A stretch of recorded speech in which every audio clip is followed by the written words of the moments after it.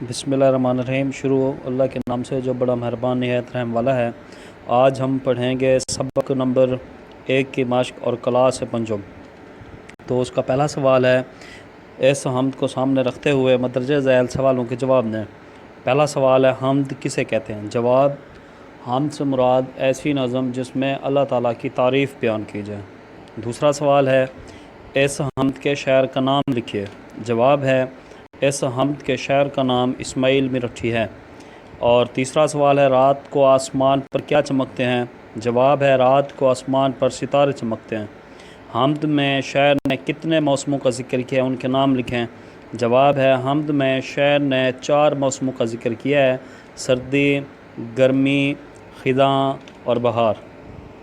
اس کے بعد ہے سوال نمبر 2، حمد کے مطابق درست لفظ لگا کر مصرع مکمل کریں۔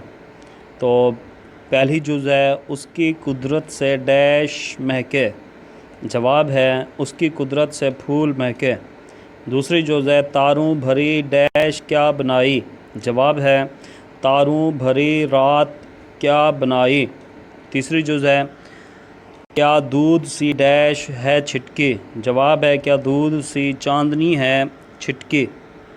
اور چوتھی جز ہے، ہر رت میں نیا سما نئی ڈیش، ہر رت میں نیا سما نئی بات۔ پانچواں ہے، باغوں میں اسی نے پھل ڈیش۔ جواب ہے، باغوں میں اسی نے پھل اگائے۔ تو سوال نمبر 3 ہے ہمارا، وہ کہتا ہے کہ مناسب الفاظ کی مدد سے خالی جگہ کو پر کریں۔ تو پہلا سوال ہے ہمارا، خدا کی بنائی ہوئی ہر چیز میں ڈیش ظاہر ہے۔ خدا کی بنائی ہوئی ہر چیز میں خوشنمائی ظاہر ہے۔ دوسری جز، تاروں بھری ڈیش خوبصورت بنائی ہے۔ تاروں بھری رات خوبصورت بنائی ہے۔ نمبر 3 ہے، اللہ تعالیٰ نے دن کو عجب ڈیش بخشی ہے۔ اللہ تعالیٰ نے دن کو عجب صفائی بخشی ہے۔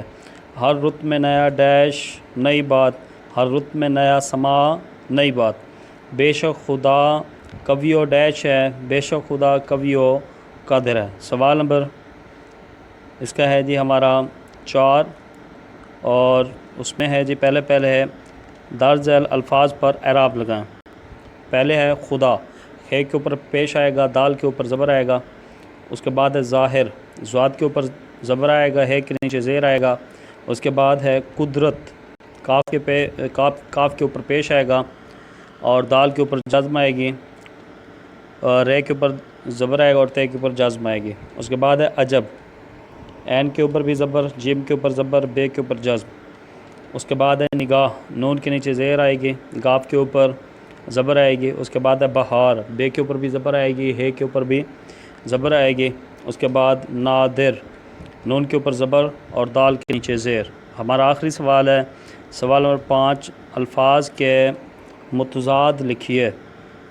تو پہلا ہے جیسے خوشنمائی، بدنمائی، پھول، کانٹا، بہار برسات، اپنا بہار خزاں، رات دن، جاڑا گرمی، نیا پرانا۔